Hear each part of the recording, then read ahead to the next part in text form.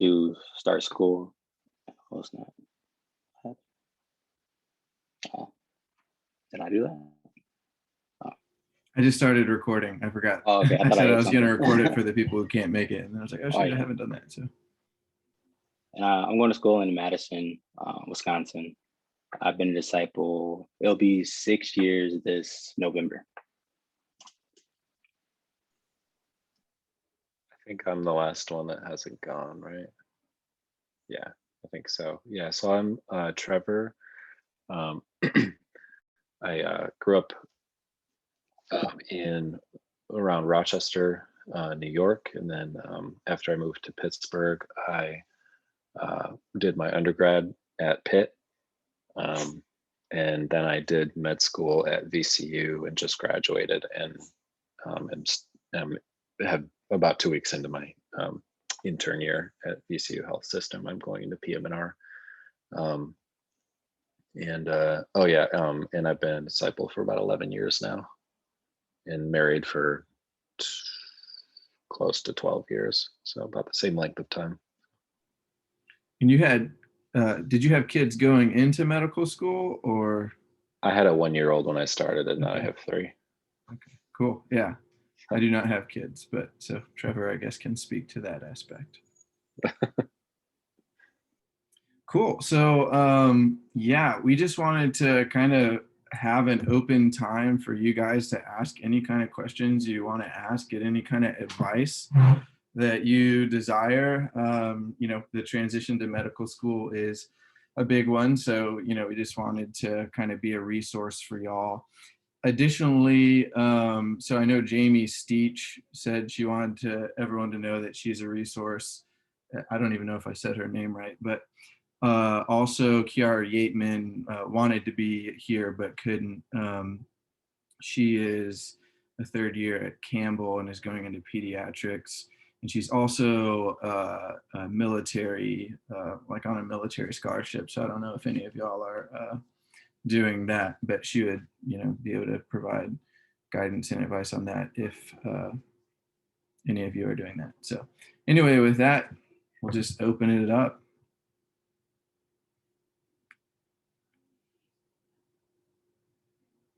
And I think Kiara actually might be a 4th year right now, so she may actually be doing the military match process and be able to answer questions about that as well.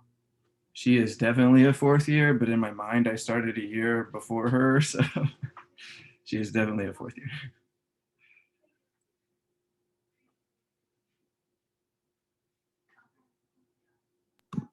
I'm going to try to formulate this question.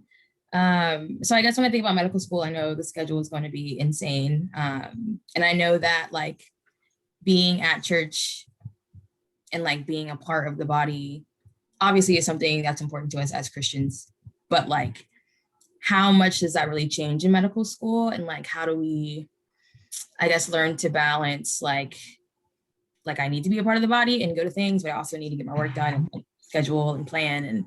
And so I guess if y'all could just give a little insight on how y'all did that.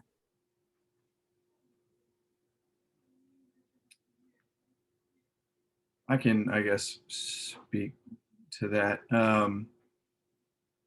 So I think when you first start medical school, the biggest challenge, I think, is just learning how to study. Like what you've done up to this point in time is probably not going to work in medical school. So you're just going to have to kind of relearn that. But I think that it's important going in to make a commitment to say that you are going to be committed to the body, and to learn how to study around that.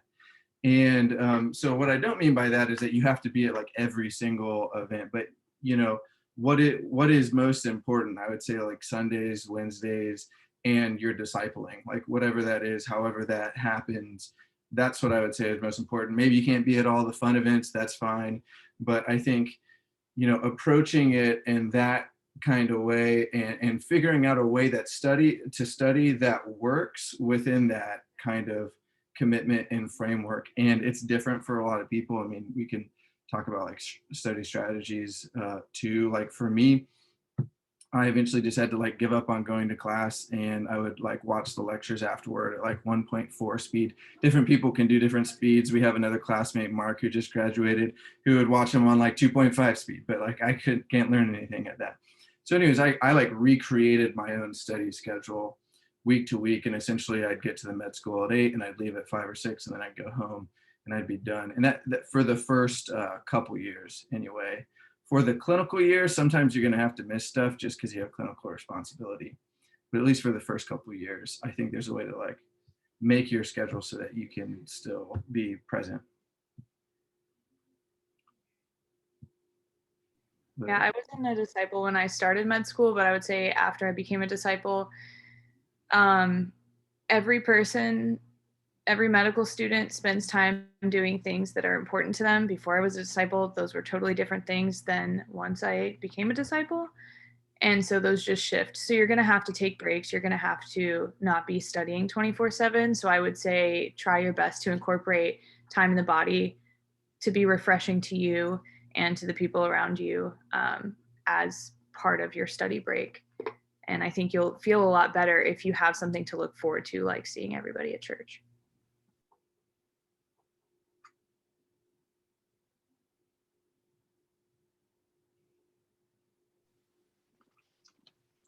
So I feel kind of bad. I came into this group without many questions. I feel like I've had some really good opportunities to talk to like Jordan and Kiara. But I really just kind of wanted to hear, maybe it's too open-ended, just what you wish you knew or what you wish to convey to us. I don't know. I think I just kind of wanted to sit and listen.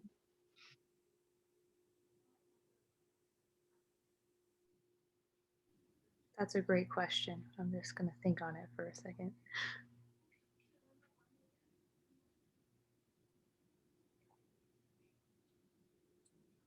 I can, while Michelle's thinking about it. So I think, I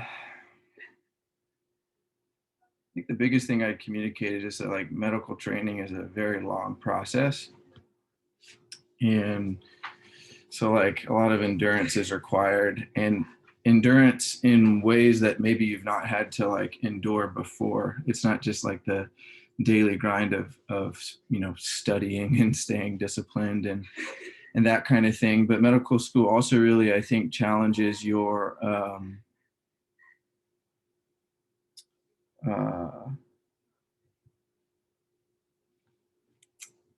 what's the word? It challenges your view of yourself in a lot of ways, because you know, we're all disciples, and you know, we find our identity in Christ and all that. However, you probably also have found your identity in your performance in ways that you don't realize. And when you get to medical school, it's just a whole nother level. I mean, everyone always says, you know, you're taking the top, like whatever, 5%, and then, you know, zooming in on that. And there's no way, if you've been in the top, actually 1%, probably you've all been in the top 1%, you're not going to be in the top 1% anymore. And I think that can be very challenging to, I guess, to not be at the top anymore. And I was going to say something else about that.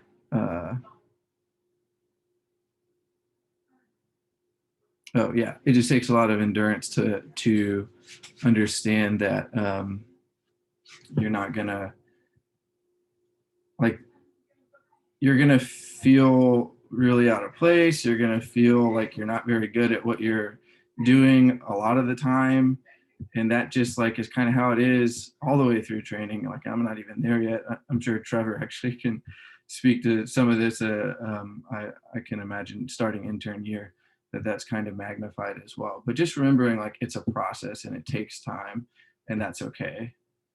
I think that's what I would say. Sorry, that was kind of rambly. I can try to say a little bit about that unless Michelle's ready. Yeah, definitely. Like Jordan said, the imposter syndrome and the feeling like you perform terribly and you don't belong there, it doesn't go away when you graduate. It, you know, I'm not sure if it's magnified per se, because um, there's something empowering about having your credentials and having other residents and fellows and even attendings look at you in a different way than they did when you were a student. Even if it's just a slightly different way, it's not it's not quite like, you're not on par yet, but you're a little bit, more of something that they're, respecting or something. I don't know. But yeah, it doesn't go away. And I think like Jordan was saying, like our identity and our value is not um, our career and our performance and all of that stuff. We have to give ourselves grace and and really see, I guess, try to see the value that we have in Christ. As far as something that I wish I had known, I'm not really sure because I didn't really know what to expect going in, honestly. I knew it was going to be different from undergrad. And so I was kind of ready for I guess I was ready for something unexpected. Not necessarily that I was ready for anything, but I was ready for something unexpected to, whatever. But I think I don't know if it would have been helpful to know ahead of time, but sometimes I kind of wish I had known ahead of time um, the intensity with which God would break me down during med school. Like I was always, ever since I started like back to undergrad to try to go to med school, I've been like always trying to do things on my own power, just like really relying on myself, and it was always a battle to surrender and trust God to take care of me, and you know to really kind of pick up the slack for me, that kind of stuff. And so I did the first couple of years, I studied as much as I could. I got okay with, mediocre but passing grades, that was okay. But then I hit step one and it was like, I mean, like Jordan Michelle, can tell you like step one is like just kind of that first, like, I mean, it's like life changing to go through that situation and that feeling of it'll probably be the darkest time during your med school experience. Just as a forewarning, that's a time when you really have to rely on your church family, especially your physical family, your spouse or your kids or whoever is your support system. But during that time, I tried to study according to the study plan that my advisor set up for me, and then you kind of start to get fatigued and you can't really stick to the plan, and then you start to take practice exams. And for me, I didn't pass a single practice exam. Like, and so I'm coming up on my test day and I'm just like, I have no idea what's going to happen. I'm probably going to fail this thing. I'm probably not going to get into residency. I'm probably going to have to like go, I don't know, do some like, who knows what with my life. So it was like a really serious time of trial and testing of my willingness to kind of give up that pride in my own ability, or or whatever. Like I really had to just rely on God, and it ended up working out, through a lot of prayer and a lot of tears and stuff. And I did well enough to match into my specialty that I wanted to go into, but it was certainly not on my power. It was one of those things where it's like after the fact, there was no way I could take any credit for it. Like I had to give God all of the credit for it. And I think that's something I appreciate looking back on it. Although it might have been nice to have a little bit of warning that that was going to be what I would go through at that time. But yeah, so it's a hard experience. You'll be torn down and built back up, and torn down again and built back up, and it's just the nature of it. And as disciples, we kind of have a slightly different experience than a lot of our peers and our colleagues. So you have to really rely on your brothers and sisters around you to, even if they don't understand, they can still support you and pray with you and be there for you. So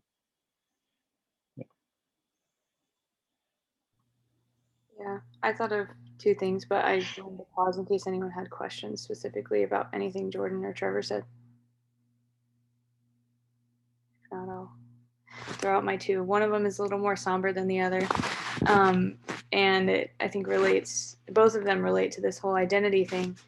The first is that I think it's important to be aware that just because we're disciples doesn't mean we can't struggle with mental health issues. And just because we're disciples doesn't mean that we should be able to just bear through it. Prayer is super important and super powerful, but I truly believe that God put people on this earth that are trained to help us with our mental health. He helped people invent medications that can help us with our mental health. He's given us things that we love to do, hobbies that we enjoy, so that we can take a break from studying to do what's best for our mental health. So whatever that looks like, that's one thing I wish I would have been aware of, is that any of us as human beings can struggle with such a wide spectrum of mental health struggles. As small, I wouldn't even call them small, but a day or two of just feeling kind of under the weather to like months and months of really struggling, and it's okay. And therapy's awesome. Counseling's awesome. Talking to your brothers and sisters about it is awesome. So, if you notice, the other thing I wish I would have known about this topic is that as a medical student, you are very high functioning. You've had to get a lot done for your whole life to make it to this point. You've had to do so much studying, so much work. And in medical school, depression tends to look different sometimes than it would otherwise. You hear a lot about, oh, well, I was depressed and so I couldn't get out of bed. And that might be true for some medical students for sure. But for me, when I first started experiencing depression, I couldn't focus. I was needing to take more naps throughout the day. I felt like I wasn't learning anything. So it was a little bit different than what I had heard, especially in textbooks as we're studying it. It didn't look like that at all. So I would say if you notice things starting to change, just reach out to somebody and talk to them. It may be nothing, but it may be something. And it's better to get help than to suffer by yourself. So that was the first thing I thought of. The more encouraging thing that I thought of is that also, along with identity, medical school is such a unique time to share the gospel with people. You will become so close to your classmates who are likely so different than you. Probably most of them will not be disciples. And people who otherwise may never have listened to anything that you have to say will suddenly be opening to listen to you share about your life. And I think Jordan and I's friendship is proof of this, that, you really are in the trenches with people. And when people are struggling, they will see something different in you and they'll come to you and they'll either ask you directly about it, or a lot of people will just hint that like they need help, and that's a perfect time to share with them because everybody's identity is being challenged, whether they're a disciple or not. And when you're not a disciple and your identity is entirely in your performance and in school, your whole foundation gets swept out from under you. So these people are really needing something. They don't know that that something is God, but you do, and you'll have a really unique opportunity to share that with them. So along that line, I would say, yes, studying is really important, but being interruptible is a skill that I think we should all learn. that doesn't mean let yourself be distracted 24/7. This was a balance I had to strike because I was really bad at this. I would just talk all the time instead of studying. I think there's a balance. Studying at school, maybe even in a room by yourself, but in a place where people can see you. And if they're really having a hard time, allowing yourself to take that 10, 15 hour, sometimes depending on what these people need, and just talk to them and share with them. I have had a lot of people come up to me randomly in the building at school when I was just studying. And it started as a normal conversation, like, oh, how's it going? And within 5 minutes, they're like spilling their details about how much they're struggling. I wish some of those times had been after I was a disciple. Most of them were before, because that would have been such a cool opportunity. But anyway, just keep your eyes open. God will open the door for those conversations, and you may get to watch some of your best friends in medical school get baptized, just like Jordan did. Amen. I would ditto everything all of them, both of them just said. And I did want to add just one thing. I think one thing that will make studying a lot less burdensome is if you can view medical school and studying as your ministry. And, you know, I think we can put a lot of emphasis on studying the Bible with people and making disciples, and those are good things. But you know, Jesus spent a lot of time with people who were sick and were hurting, and serving those people. And it's not, when you're in your first 2 years of medical school, you're not going to feel like you're in the footsteps of Jesus, but you are, because by studying, you are preparing to do just that. And I adopted a slogan in my first 2 years of medical school, which was competence is compassion. And my wife made me a really pretty little sign, which is like my desktop background and all that kind of stuff. But, you know, as a physician, showing compassion, the first step in showing compassion to our patients is competence. And that takes time. That takes a lot of studying, and that's what you're working towards. And so it is a spiritual practice for you to have good boundaries, and you know, study. So anyways, that was freeing for me when I guess grabbed onto that. So any other questions? I have a question. So I know that a couple of you guys either are in med school together or will soon be. But I guess for some of us who are like, I'm transitioning into a new ministry location altogether, let alone school, where I don't, at least that I know of, am going in with any disciples in the medical school. I guess, how do you communicate those boundaries in a way, or just like expectations clearly to maybe people in the ministry who may not understand either just what the schedule is like for a medical student? I just know my tendency is to be a people pleaser, and I think I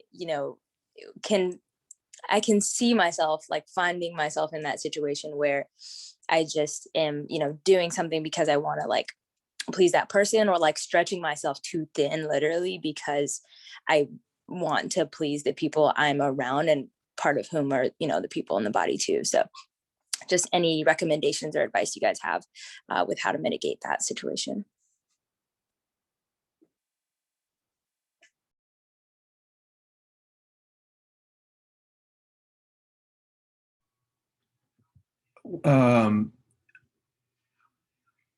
So I don't know, maybe just getting with like the ministry leader early on and communicating to them like, hey, this is what my schedule is going to be like. these are the things that I'm going to be committed to, but these other things, like maybe I'll be there sometimes, but I probably won't always be able to be there. For me, I think a couple things made it easier. We actually lived in Gainesville for a year before I started medical school. And then also being married, like there's tends to be an understanding there that you, I mean, you have a commitment to your spouse, right? And so I didn't ever have really any situations where people were like, Jordan, you need to come to, you know, whatever. People like pushing back on my boundaries, and so I'm grateful for that. But maybe just like upfront, kind of setting expectations there. Yeah, I've always struggled with people pleasing, and that's been one of the biggest things to try to put to death lately. And I had a situation recently where a sister that's really close to me, who I kind of just expected would understand my life. You know, I've been working on my master's thesis, and she was like, you know, I think maybe you need to be more disciplined about writing this, because like you are taking a lot of time to do this and it's affecting other people. And I was kind of like, wait, whoa. And I think the point of me sharing that is, once I had a conversation with her and I just explained, you know, hey, I would love to hear how this is affecting other people, because I genuinely want to know in case there is something that I can do to change that.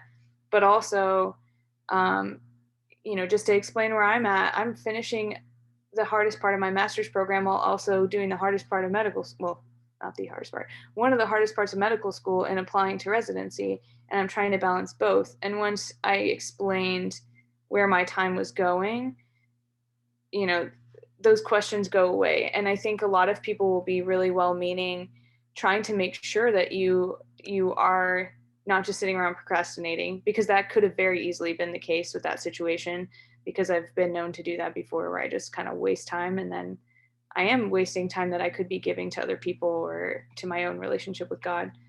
But explaining and also being open to feedback in case there is something that can change.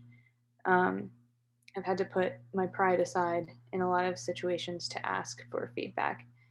But also being willing to say no. Saying yes to everything is another form of pride, because we think we can handle all of it. And that was actually some feedback I got recently from one of my discipling partners, was that my schedule is commonly way too full, and I just think that I can do everything and fix everything and save everyone. And I need to have a sober look at myself and what I can actually handle. So saying no is a form of discipline as well. I don't know if that answered your question, but that's Definitely. Thanks for those examples too. Thank you both. Yeah, and I just throw one other thing in. You're actually gonna have to you're gonna have to say no to a lot of medical school things too. So like, think of everyone that gets accepted to medical school has done like a zillion extracurriculars, and like that doesn't stop when you get to medical school. There's like a zillion other things that you can do in medical school. And my first year, I like tried to jump on all these things, and I got like so burnt out. I was like, why am I doing all this extra stuff? Like, I'm just here to, like, I just want to be a good doctor. Like, let me simplify, let me say no. Like I did a global health track. I did half of it and then I quit. I was like, I don't need to be doing this. This is like not what I need to be doing. So anyway, Michelle's laughing. She was in that track too. But yeah, so you'll have to set good boundaries with the church, but you'll definitely have to set boundaries with medical school itself too. I'm mostly laughing because I'm the person that you're describing, who jumped into absolutely everything, and now I've got 3,000 things that I'm still trying to juggle and drop all at the same time, and it's just not working. So don't save yourself the hassle later, and just be very selective in what you sign up to do. Allow yourself to like get acclimated before you agree to do anything, because in the beginning you're like, oh, this isn't that bad. Well, maybe you won't think that. thought it was hard from week 1. But like orientation, they start telling you all these clubs you can be a part of and things you can do and executive board elections and all this stuff before you've even really started. And then you start studying and it's like, oh my gosh, I've signed up to be 7 things already. And now I don't even have time to shower and eat. So what do I do?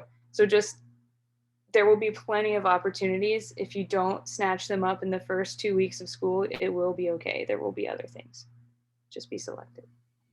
Yeah, and you'll know better what things you actually care about after doing medical school for a little while than you will in the beginning anyway.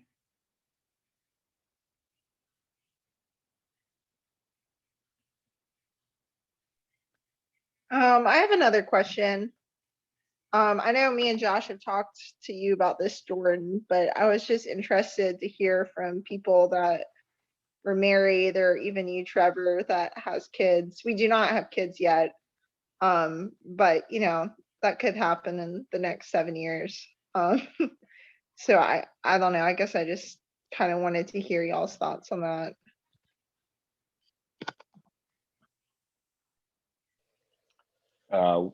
What specifically? What aspect of it?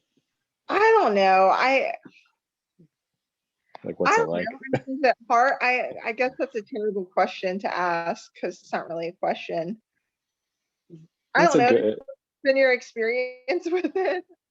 Yeah, I What do you mean, think about it? I don't know. yeah. So I'm Putting you on the spot. yeah. So I'm a man, so I didn't have the kids during medical school. So I can't really speak. That was a joke. But so I can't really speak to, what it's like to try to balance like the actual, you know, like having the baby and like trying to figure out how to balance that around your classes and stuff.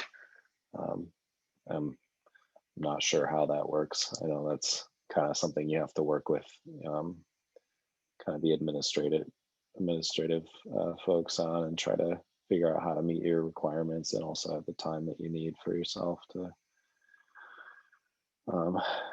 do what you need to do. So I had a 1-year-old when we started. I was fortunate that like I was able to spend most of that first year with him, just kind of staying at home with him. So I formed like a really good relationship with him, a really good bond. And that's kind of helped kind of get us through sometimes during med school where, I wasn't around as much as I wanted to be, or maybe I was around, but I was just, having a hard time and maybe wasn't like the kindest, best dad in the world. Yeah, it's definitely, I don't know. What can you even say about it? You kind of have to weigh the pros and cons of trying to do that during school, depending on how many you want to have or when you want to finally get them out of the house. Like, do you, do you want to have kids in your house into your 50s and 60s, or do you want to get them out earlier?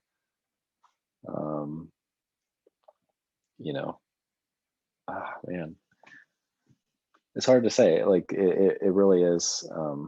There were times like during my third year rotations where like I wouldn't see my son awake for a few days in a row, and I would just come home, like late at night basically, and just pick him up and rock him and then put him back in his bed, like just so we had that contact. Like, you have to find ways to get that contact and keep that bond going. But I mean, also little kids are really resilient, and a little time goes a long way as well. So they're going to be okay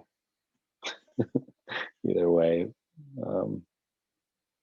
It's possibly harder on us than it is on them at times. I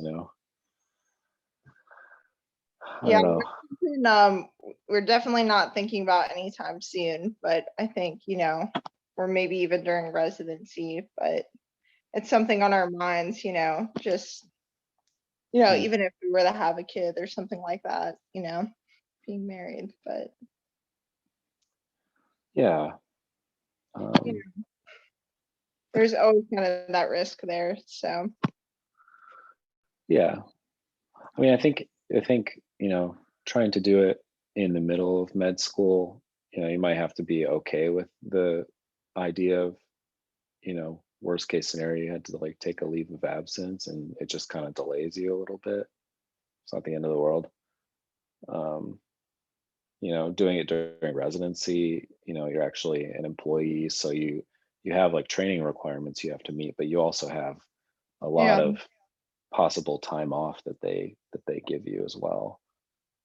So there's definitely you know I suspect it's easier during residency than um, at least to fit it in. I'm not sure about raising small kids during residency. I'm only kind of just starting to experience that right now, but um, as far as when to fit it in time wise, I think it might be a little simpler when you're in residency. yeah. I mean, this is a long way away, like I said, but Yeah. it's just something we've thought about. So I just wanted to ask. So Mhm. thank you. Yeah.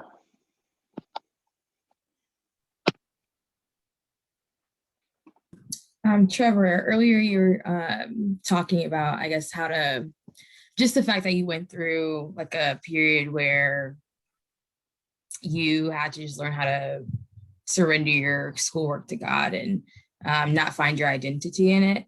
And I guess that concept is like something that I feel like I'm going to struggle with in medical school. I guess the concept of like knowing that you're going to have to work hard and you're going to have to study and you're going to have to know your stuff, but also that like God's in control and he is sovereign over everything. So I guess I always struggle with the balance of like knowing that I'm gonna have to work and do everything, but also being faithful that like God's gonna come through no matter what. I don't know if that makes sense. I don't know if y'all struggle with that through medical school. But I guess how do you all learn to like completely surrender and trust God with like even your academic side? So that was, I mean, it wasn't just during that one, couple months of studying for step one. It basically started from day one. It was just it was something that I had to continually work at. I was the kind of person that, that nervousness that I would feel right before I was taking a test or even the night before, praying about it right before the test starts. Go use the bathroom, I'm praying. Like in the middle of the test, I'm praying. I'm getting nervous, feel like I don't know any of the answers, I'm praying. And then at the end of the test, there's like 30 seconds left and I just stop thinking about the test and just pray for 30 seconds and then time's up. And I'm just like, you know, give it up. That's the only way that I was able to get through it, um, you know, just every single time, just making a conscious effort to just, you know, God, I can't do this on my own power.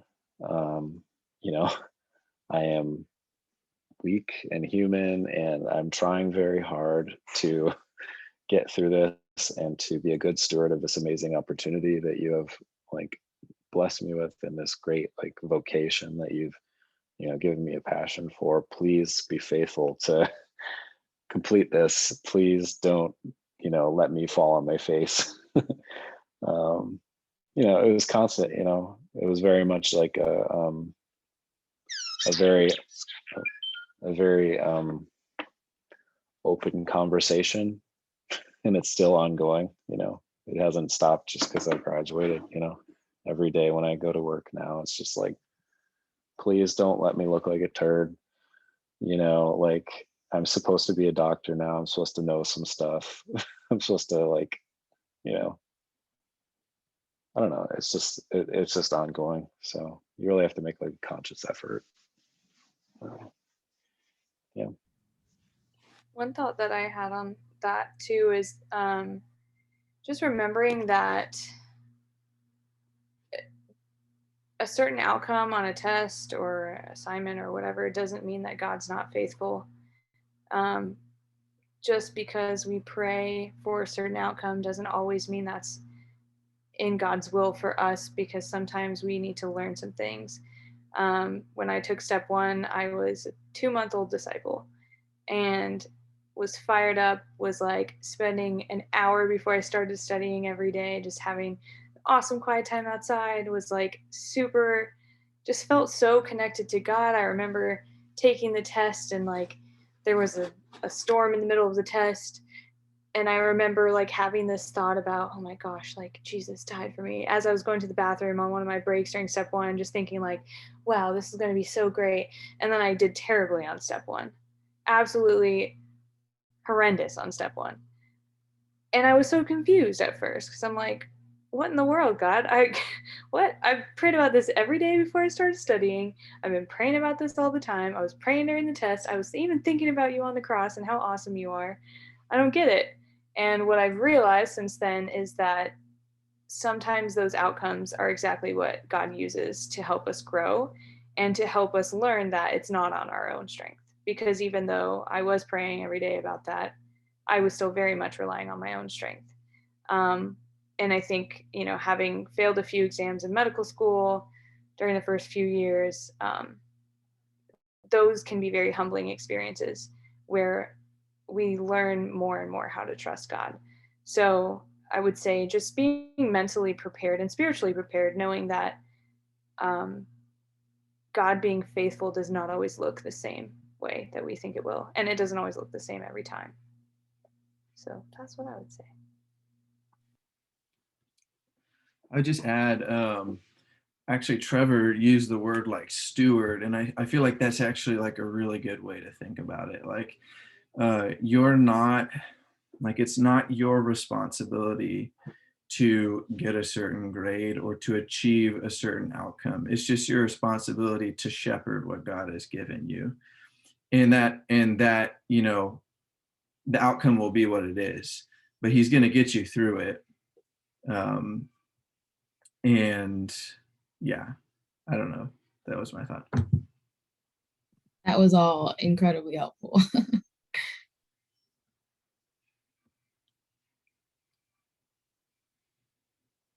Any other questions? I have one more if no one else has one. Okay. So yeah, I was just gonna ask, and this could be like songs or scriptures or like just things you did that you turn to as sources of encouragement. I guess for each of you, what has been sort of your go-to in when you're in the thick of it, you know, just any advice you'd have in that area would be really helpful.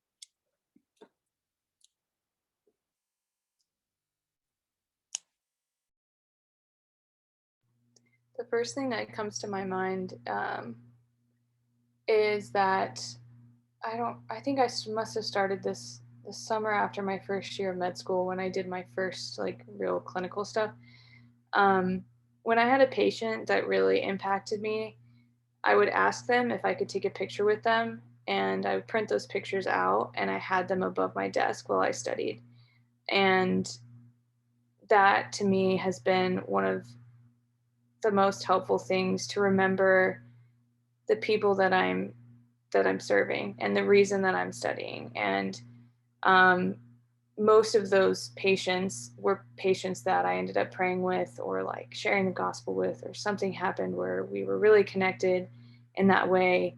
And so it's also a reminder of how loving and gracious God is to give me the opportunity to be in that position in someone's life.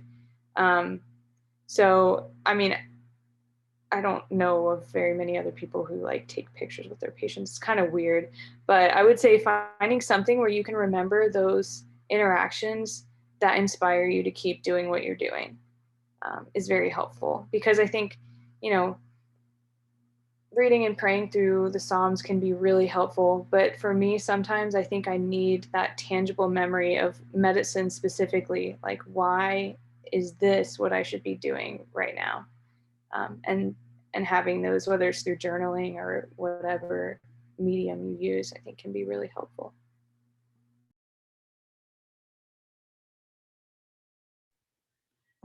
On that note, I was actually listening to a podcast like yesterday or something that said something very similar to what Michelle was saying. The person was just giving general, I think the podcast was on antibiotics, but they were just giving like general advice for medical trainees. And his advice was find a way to just latch onto the positive experiences, latch onto the highs, and just ingrain them in your memory, in your psyche, because you're going to have lows.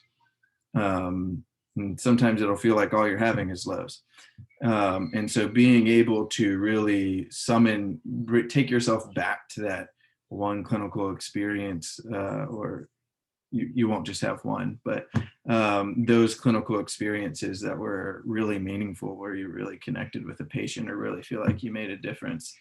I think it is really helpful. And kind of going along that, like something that's helped me is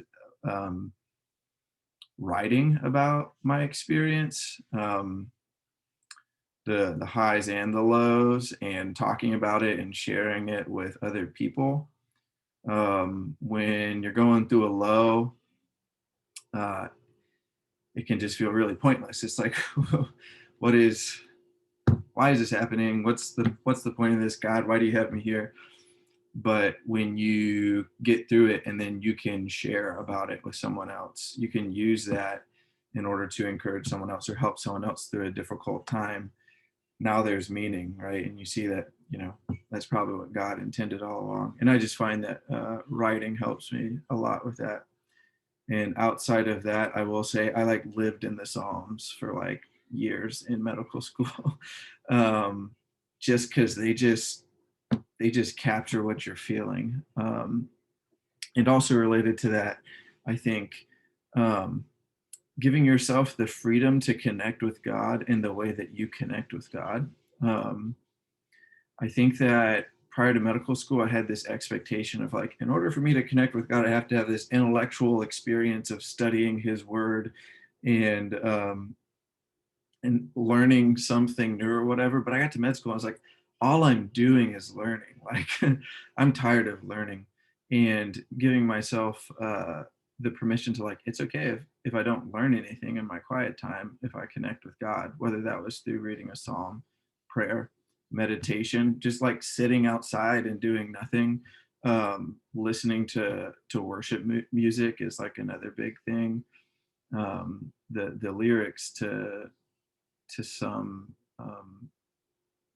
praise music can be really deep, and you can really get, I think I've really connected with certain artists because of my medical school experience, and they're singing about different things. I'm like, man, that's what I'm going through. And yeah, that can really kind of recenter me.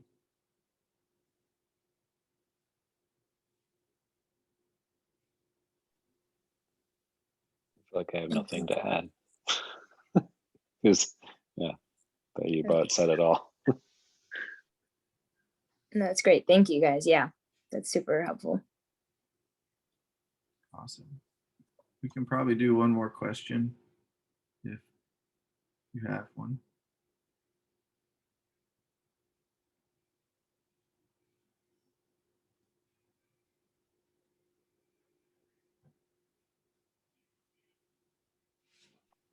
Can I just say, thank you guys so much for taking the time out, and just being open with us about your lives and having really thoughtful answers, really meaningful answers. I really appreciate you guys taking the time out. Absolutely. Did you have a question, Terrell? Yeah, I was gonna ask, I don't know if you guys said it when you introduced yourself, but what are you guys trying to go into for medicine? Yeah, I did not say that. So I'm going into internal medicine. I also forgot to say that, but I'm going into OBGYN. And I think I said it, but I matched into PM&R, which is a really awesome specialty. If you haven't decided yet, you should consider PM&R. Do you want to actually say a little bit real quick about what PM&R is? I find a lot of people don't actually know. Yeah, it stands for physical medicine and rehabilitation. It's like functional rehab. It's a very wide, diverse specialty that involves, polytrauma rehab and brain injury rehab and spinal cord injury rehab, or, amputees. You know, One of the most common things that you deal with in general PM&R is critical illness myopathy, where patients have been in the hospital for a month or 2 months or whatever, and they've kind of just basically atrophied and they're super weak and they just need a whole bunch of therapy to help them kind of regain their function and everything. That's what I really love about it, is the patients are not actively dying on me. Most of them are getting better, um, visibly better every day. And they're very motivated and very happy to be there. Yeah, and you can just see, you can just see that progress, and you're basically just trying to get them back to the highest possible quality of. You're not just trying to save their life. You're actually trying to, send them home with like as close to the the previous quality of life that they had or better. So, yeah, it's a cool specialty.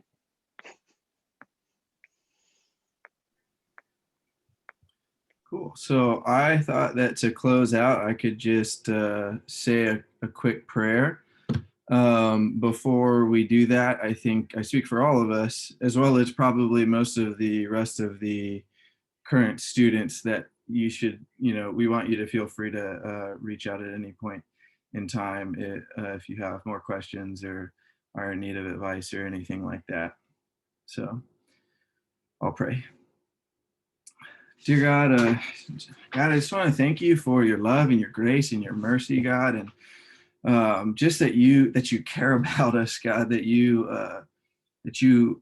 listen to our prayers, God, that you are listening right now, God, as we come before you. That is just an amazing thing, for which we are so grateful, God. And God, we're grateful for the direction that you give us in life, God.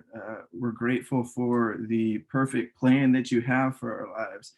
And God, for those of us on this call, you have led us to medicine, and we are grateful for that, God. We are grateful for the ability to really walk in Jesus's shoes in a way that not a lot of professions really lend itself to. God, that is just an amazing thing. And God, I just want to pray that you would continue to direct our steps, guide us, lead us, God, whether we're in med school, residency, or about to start medical school.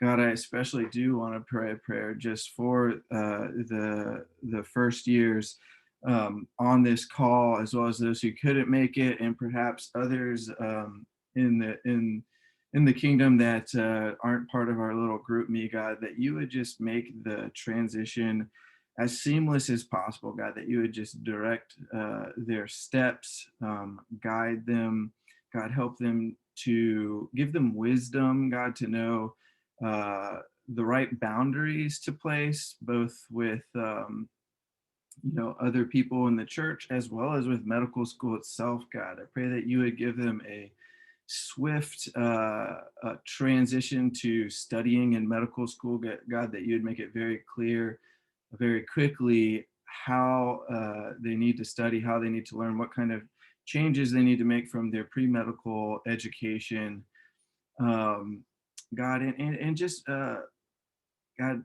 fill them with your spirit, and just let them be lights to their classmates, and help them to just be carried on by your spirit, and to, like Michelle was saying, be appropriately interruptible, not too interruptible, but God, to really see the opportunities that you're placing before them, not just to learn and grow as medical practitioners, but also to be a light to their classmates, to their patients, to everyone that they come into contact with. God, we love you so much, and we just want you to be glorified in everything that we do, and we pray all these things in Jesus' name. Amen. Amen. Amen. And have fun. Med school's fun, Yeah, even though it doesn't sound like it right now. But it is fun. Thanks for being Hey, real though. I feel like I needed that. Right. Hey, I'm if for anybody that has questions like later or ever thinks of anything or has any concerns, I put my and wants like a faster answer for me than you'll get on the group me. I put my personal email and my cell phone there.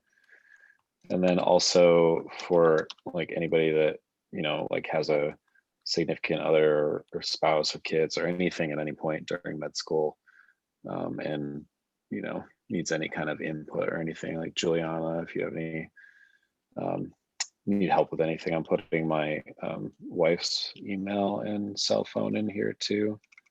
And she's totally available for, you know, to lend an ear in that regard. Just FYI. Yep. I think Michelle and I also put our email and phone number in there, so feel free to reach out. That would be faster than GroupMe for sure. I'm gonna just like kind of let it sit for a second so that y'all can like get that down, because I think once I end it, the chat will go away. So, but feel free to jump off once you've got that down. But thank you so much, guys. I really appreciate it. Thank All you. the best to you guys. And I'll be praying for you guys too. For you guys. you guys too enjoy the transition. It's an exciting season with a lot of growth ahead. So yeah, I'm excited for you guys. I'll be praying for you. Thank you. Thank you. Likewise. Take care, everyone. Yeah, thanks guys. Bye.